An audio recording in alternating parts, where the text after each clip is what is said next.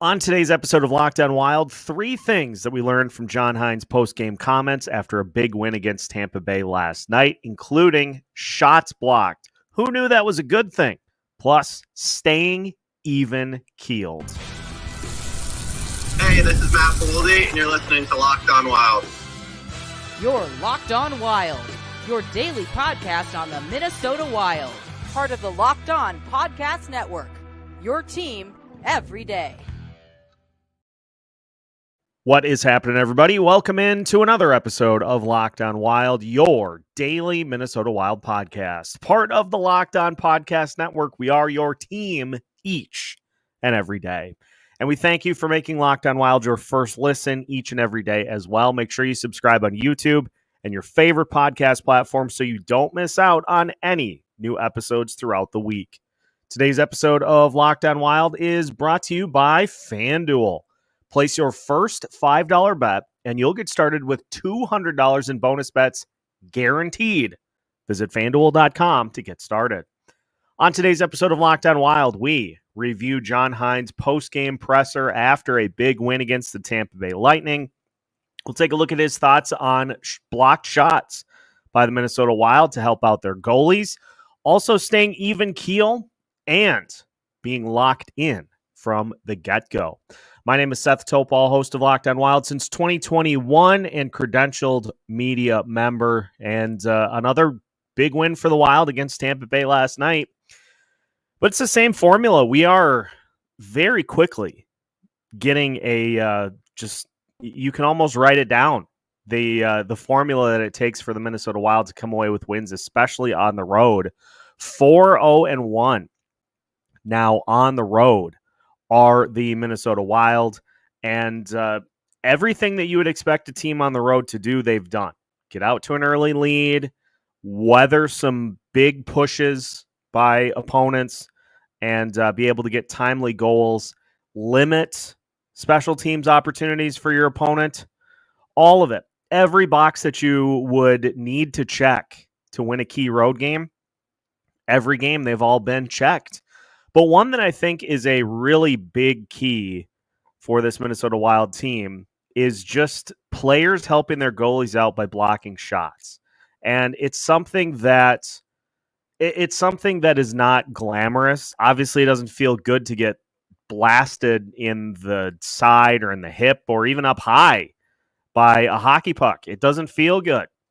And so it is just one of those little things that is asked of players to go above and beyond to help out their goalies by making sure that you're doing your best to keep the puck from getting through to your goalie. 20 blocked shots in a game is 20 fewer shots that your goalie has to face, and so it does add up if done well. And that was another big thing that the Wild did against the Tampa Bay Lightning.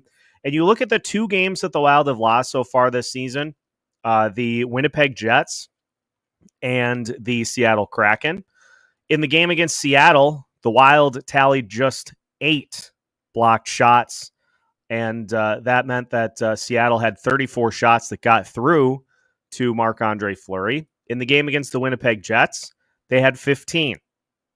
That 20 blocked shots is kind of the magic number for this Minnesota Wild team. And so let's get some of John Hynes' comments on blocked shots and helping out the goalies.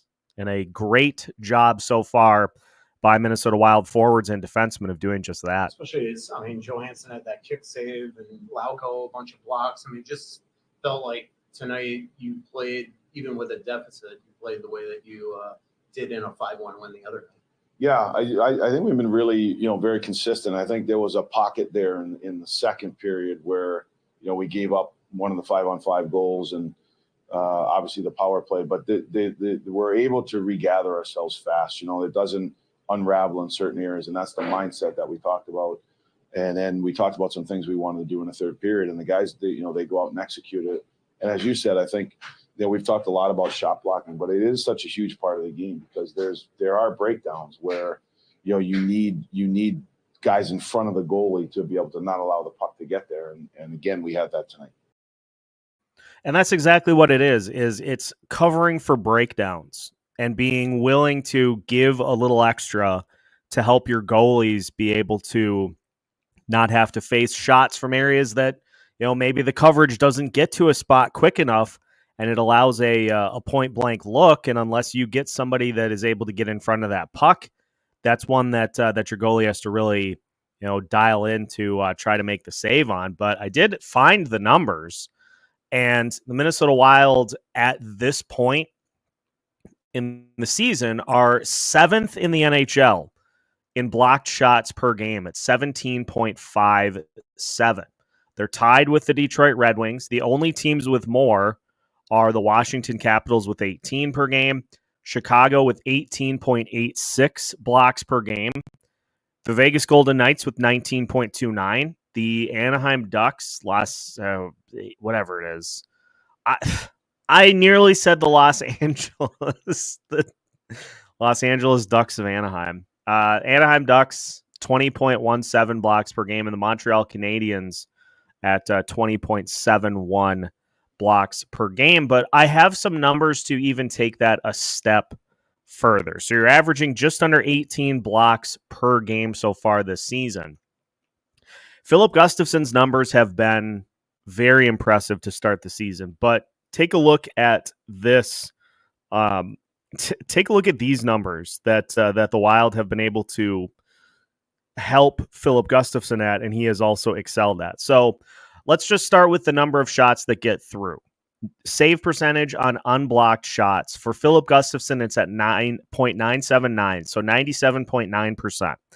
98% of the time, an unblocked shot that gets to Filip Gustavsson is being saved. For Marc-Andre Fleury, it's at 94.5%. So unblocked shots are just not getting to these guys as much as they have in previous seasons, because the percentage of shot attempts that are blocked for Filip Gustavsson when he's in net, the Wild are blocking 24.54% of shot attempts. So you take a quarter of all of the shot attempts and just throw those out the window because they're blocked. They don't get to the goalie. When Marc-Andre Fleury's in net, it's at 21.99%. Now, that was low because of the Seattle game, but after the Tampa Bay game last night, that percentage got bumped up a little bit. But listen to this other number that is just, it's pretty astonishing. Percentage of unblocked shot attempts against on goal. With Filip Gustavsson in net, the Minnesota Wild are holding opponents to 44% of unblocked shot attempts that are actually on goal. And you know why that is? That is because the Wild have done such a good job of defending the slot, defending the faceoff circles so far this year, that a large majority of the shots have come from outside. And the fact that the Wild have been able to keep the front of the net clean and keep players away from right out in front of the net means that you are not having those opportunities to be able to get deflections right out in front. And a lot of times the shots are just inaccurate, first and foremost. And so the number of unblocked shot attempts against on goal that are getting to Filip Gustavsson is 44% of all shot attempts, which is that's a very, very low number. And in fact, I'll see if I can do this without crashing moneypuck.com. Was going to see where that ranks amongst the rest of the NHL. With Marc-Andre Fleury in net, 53.64% of unblocked shot attempts are actually being getting on goal. So just a really good job with Filip Gustavsson in net, being able to keep a lot of those shot attempts from even registering or even getting to him. And so we talk a lot about this collaborative effort of being able to help out your goalie by keeping things clean in front of the net. But then this is where shot blocks come in as well, is by reducing that number of opportunities that even get through to your goalie. So you're not asking your goalie to do just so much of the heavy lifting. That number by Filip Gustavsson amongst all goalies, this is all goalies, by the way. I didn't put any stipulations on this. That percentage of unblocked shot attempts against on goal at 44% is the 8th fewest in the entire NHL. The only goalies who are seeing a smaller percentage of actual shot attempts, Andrei Vasilevsky, Charlie Lindgren, Peter Mrazek, Scott Wedgwood, Aiden Hill, something called Dennis Hildeby, and Justus Annunen. But those guys, again, have played... Annunen's played 5 games. Hildeby's played 2. Wedgwood's played 1. And so let's go to starting goalies. Filip Gustavsson's 4th in the NHL in seeing just 44% of unblocked shot attempts on net. So you limit the number of actual shots that your goalie has to face. That's just making their life really easy. So it's been a collaborative effort all season so far. And the numbers last year for Minnesota Wild goalies in that department, the number of unblocked shot attempts against on goal, 49.56% for Filip Gustavsson. And the percentage of shot attempts blocked by teammates was 22.5. So 1.5 percentage-wise more blocked shots and 5% unblocked shot attempts fewer are actually getting to him. It may not seem like much, but you add it up over the course of the season, and you're talking about like full goals that your team is preventing from even getting on net by just keeping teams away from the slot, keeping them peppering from outside. So like this is kind of the stuff that is exciting to me, because these are the things that John Hynes really dives into. And this is the stuff that, can make the difference between a few goals allowed if you are really judicious about it and really stick to it all season. So it was on full display against the Tampa Bay Lightning. The Wild blocked a ton of shots, and they made life as easy as possible for Marc-Andre Fleury back there.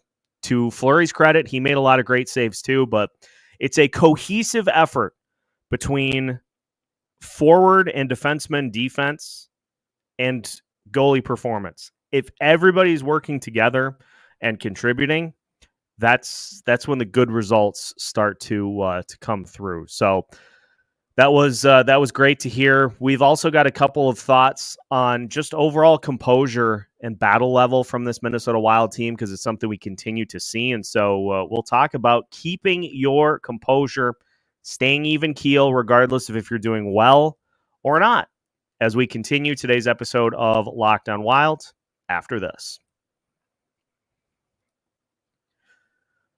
Today's episode of Locked On Wild is brought to you by Prize Picks. Prize Picks is the best place to get real money sports action. With over 10 million members and billions of dollars in awarded winnings, Prize Picks has made daily fantasy sports accessible to all. You just pick more or less on at least 2 players for a shot to win up to 100 times your cash. Run your game all season long on Prize Picks. Prize Picks is the only real money daily fantasy platform with an injury insurance policy. So your lineups stay in play even if one of your players gets injured.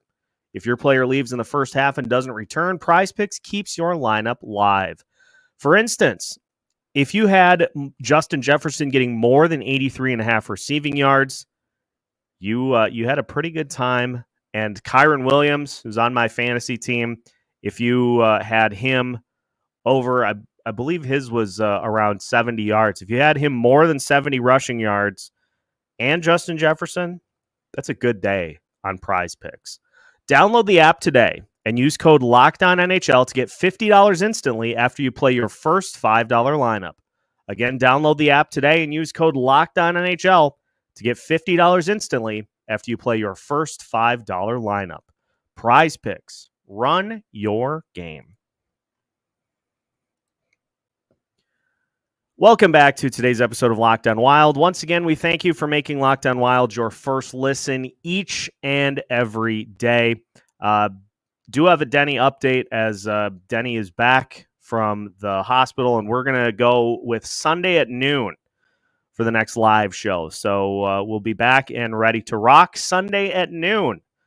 So join in as Denny's got some great thoughts on what we've seen from the Minnesota Wild so far this season.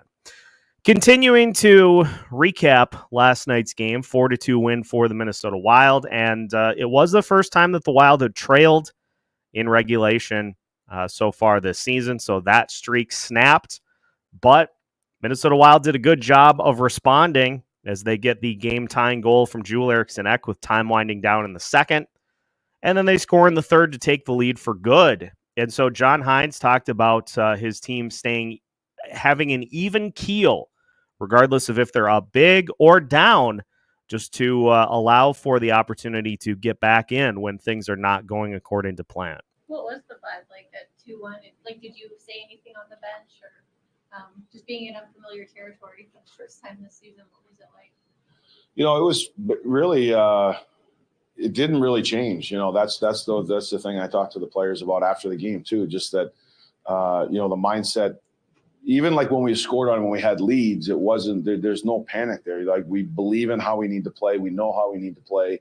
If we get away from it or something happens in the game, we can get back to it quickly. We know what the recipe is to do it. And to the players' credit, it's the commitment to do it and do it consistently. And when we realize, you can see when we're getting away from it. So it's not so much that the goal was scored. It was, let's manage the puck. Let's keep our shift shorter. Let's, hang on the pucks in the ozone, whatever it might be. They're saying the right things, and then they're able to regather themselves quickly and get it done. Yeah, John Hynes talks about it right there in that it's just a really easy, repeatable formula for this team that they can rely upon to win games, so that when things do go wrong, when you give up goals, when you have situations like happened against the Tampa Bay Lightning, where you kind of get pinned in the zone, bunch of chaos in front of the net leading to a goal, then you can just go right back to what you were doing, because it's all the things that you're supposed to be doing. And so this may sound pretty basic to some of those listening, but the emphasis being on the right things is a large reason as to why this team is where they are right now. Is they're prioritizing the right things. They're not getting frustrated after losing the lead or giving up a game-tying goal. It's just a mentality of, hey, let's go back and let's go get another one. This was something that I think we saw a good learning experience against the Seattle Kraken. The Wilds continued offensively to battle and to respond, and every time Seattle answered back, the Wild grabbed another goal to go back on top. And so I think, this notion of let's just get back to work and get back to what we're trying to do is, let's get back to focusing on the details. John Hynes has preached about the details since he took over. He talked about this last year in games that the Wild lost, as there wasn't good attention to detail in our game. And the attention to detail goes directly into this overall phrase that I think is going to really come to define this Minnesota Wild team this year, is they don't beat themselves. The Wild do not beat themselves in 2024, 2025. You got to go beat them yourself. You got to make plays. You got to beat them and not expect, as has been a problem over the last few years. Last year, I think you could say that the Minnesota Wild beat themselves quite often. Penalties leading to power play opportunities for opponents, bad penalty kill, and next thing you know, the game's over. This Minnesota Wild team, they have pride in not causing critical mistakes that influence games. You're not going to get Minnesota in a penalty situation at a key moment to where then you have to rely on a penalty kill. And as John Hynes said the other night, you don't commit penalties. You don't put the 5 best players on the other team in position to be able to go win the game. That's a pretty astute breakdown, pretty simple breakdown of why it's important to limit penalties. And you're not going to, just like the Minnesota Wild, we're never going to go the entire season without trailing. You're not going to go the entire season without having to go to the box. But if you limit and eliminate some of those retaliatory penalties and some of those overcompensating type penalties, you just put so much less strain on your penalty kill. The Wild had one penalty last night. Marcus Foligno got tangled up with Perbix. I thought it was an iffy call. But what did the penalty kill do? They did their job. They won the opening faceoff, got a quick clear. They were able to get set up, and they were able to force Tampa Bay to chase the rest of the night. Marc-Andre Fleury made big saves on the penalty kill to keep Tampa Bay from getting momentum there. But they only had to do it once. And so if you go from having to defend 3 to 4 penalty kills a night to 1 to 2, it's way more manageable, way easier. And then guess what? You can put all of your energy into 5-on-5 and power play time. You don't have to divert energy to trying to defend on the kill unless late in the game the opponent pulls their goalie and then you're having to defend a 6-on-5. But in those instances with the empty net, a lot of times you just got to try to get it past and get it close to the empty net, and then you can put the game out of reach yourself. So the 2024-2025 Minnesota Wild do not beat themselves even remotely close to as many times as previous iterations of this team have. You know, you go from 900 penalty minutes in 2 straight seasons, 800 some the season before that, but still in the top 5, I think the last 3 years especially. Being third fewest this year is not an accident. There was work done. There was a lot of work done to make sure that wasn't going to be an issue, at least early on. Like we're 7 games in, and there's a lot that can happen. The great equalizer that you just can't account for is injury. But through the first 7 games of the season, the Wild have not beat themselves. They have forced their opponents to do so. We'll finish today's episode by talking about the battle level and why the Minnesota Wild, if they continue to battle the way that they have, will find themselves in just about every game that they play this year. So we'll finish with that as we continue today's episode of Locked On Wild after this.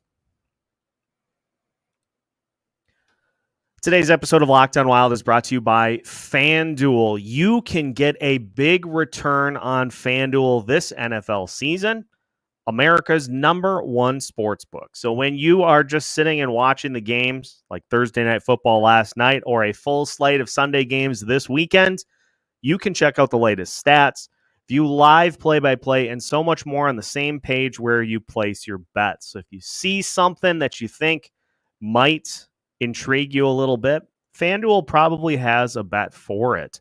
So just head to FanDuel.com to check out everything that they have to offer. And even better, you can get started with $200 in bonus bets guaranteed when you place your first $5 bet.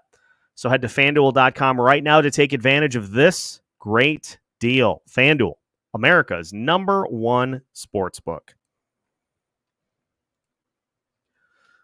Welcome back to today's episode of Locked On Wild. Once again, we thank you for making Locked On Wild your first listen each and every day. We will have you covered with standard game coverage tomorrow with a Locked On Wild postcast once the action is finished. Was going to do a watch party, but got some things in motion now. I'll be able to talk about them next week, but got some stuff in motion that I'm going to need. I'm going to need a little piece of Saturday to be able to kind of get some things going. But don't worry, it's good stuff. We'll talk about it though next week. But we will still do a postcast. I'll have you covered throughout the course of the game as well. So fear not there. And hopefully the Wild will be able to continue to keep it rolling here in the early part of the season. John Hynes already talked about in his comments to the media. Can't take this Philadelphia team lightly. We'll do a pregame for you tomorrow. We'll have an episode up in the morning to kind of take a look at this game. Jared Spurgeon back with the team. Ryan Hartman is actually headed back to Minnesota, so don't love that. But Jared Spurgeon is back and practicing with the team, so that's a good sign. And we'll take a look at how the Philadelphia Flyers have done so far this year. I'll give you a hint. Not great.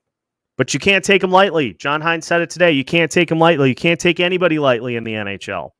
So we'll see what happens. A noon game tomorrow. It's an interesting choice, but we'll be ready for it. So I wanted to finish because another key theme that John Hynes talked about, and this is something he's talked about all season, is just the battle level. And again, that came into play last night. Tampa Bay Lightning made their push as you expected they would, but the Wild were able to match that and able to take care of business down the stretch to be able to go and win that game against the Lightning. John, what's the biggest change that you're just seeing in the team from last season that they've been able to have the success so far? But like you said, maybe don't panic. They know what they're supposed to do. Like systematically, what are you seeing out there that is kind of breeding this so far? I think one is mindset.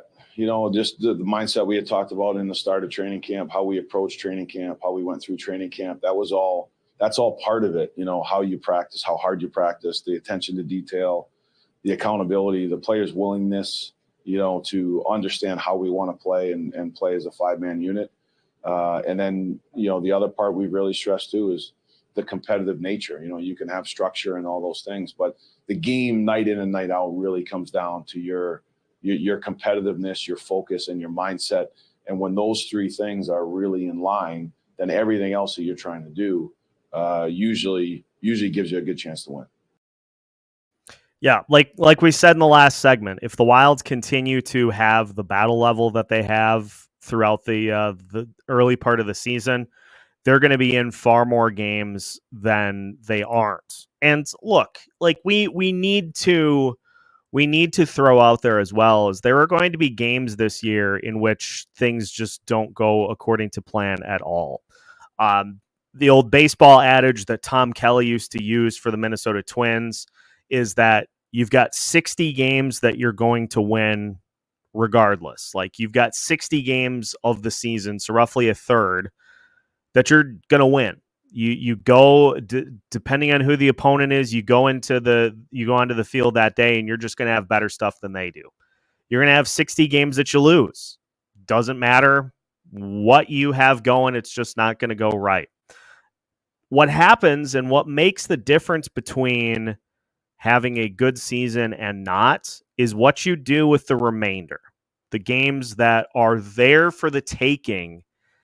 And it may not be something that you know until the final few minutes of the game.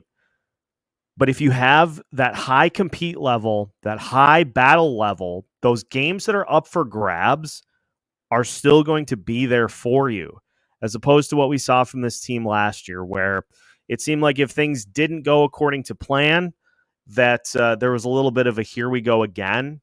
And that led to just a lot of games just getting really off the rails for the team throughout the early part of the season.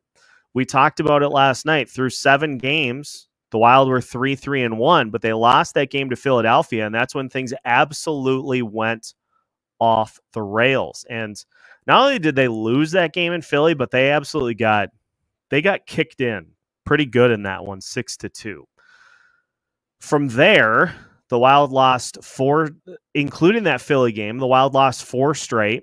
They then won 2 games, but then lost 7 in a row, finishing with the game against Detroit that they lost 4-1. That was the last game that Dean Evison coached for this Minnesota Wild team. And if you look at that first part of the season, were there injuries? Yes, there were. But through those first 19 games of the season, the battle level just consistently was not where it needed to be. And there was a lot of, especially in that 7-game losing streak, there was a lot of here we go again. And feeling that, the results have already been determined. It doesn't matter what we do. This game is out of our hands. And you have not seen that from the Minnesota Wild so far this season, which has led to them being able to, I'll throw the Tampa Bay Lightning game in this category, to be able to score to tie and then take the lead in the third. I think if you play that game last year against Tampa Bay, that's probably a Wild loss, because it felt like the Wilds not only had to score first last year, but they had to score second and they had to score third, because confidence and mindset and mentality all were pretty fragile last year. It was a team that just did not have any belief in themselves. And you give up one goal and it felt like 2, 3, and 4 came pretty quickly after. This year, look at what happened in the Tampa game. You give up 2 goals in pretty quick succession. There's no here we go again. It's let's get back to work. Let's get back to playing our style of game and doing what we need to do to tie this up and then go and take the lead. And John Hynes is exactly right. And again, more props to him for getting this team's mind frame in a spot where it needed to be and getting everybody to buy in to what is going to be required to win games the John Hynes way, which is playing disciplined, which is playing with attention to detail and doing the little things that you may not think make a big impact in the grand scheme of things. But a blocked shot in a game early on in the season could impact your standings at the end. It's as crazy as that sounds, a block shot that leads to a win could be the difference between you making the playoffs and not. It all adds up. It all makes a difference. And John Hynes has this team believing that so far this season. And Marcus Johansson said it in practice today, and I think this is something that needs to be mentioned as well. This team's having fun out there. That was something that did not happen really consistently last year, but I think the operative phrase with that is that let's have fun, but let's also take care of business. You can do both hand in hand. And the Wild have done that so far this season, which is a huge reason they're 5-0-2 right now, and have put a lot of stuff on tape that's pretty replicable if the Wilds continue to buy in and continue to battle the way that they have. So good stuff as always after yet another Minnesota Wild win, and that will take care of today's episode of Locked on Wild. Again, we'll have a pregame preview for you in the morning, taking a look at the Philadelphia Flyers and what they bring to the table. We'll also have a Locked on Wild postcast for you. We got you covered as we typically do each and every game, so make sure to join us tomorrow. Make sure to enjoy the rest of your Friday, and make sure to subscribe on YouTube and your favorite podcast platforms so you don't miss any new episodes throughout the week. Locked on Wild has you covered with new episodes every Monday through Friday as part of the Locked On Podcast Network.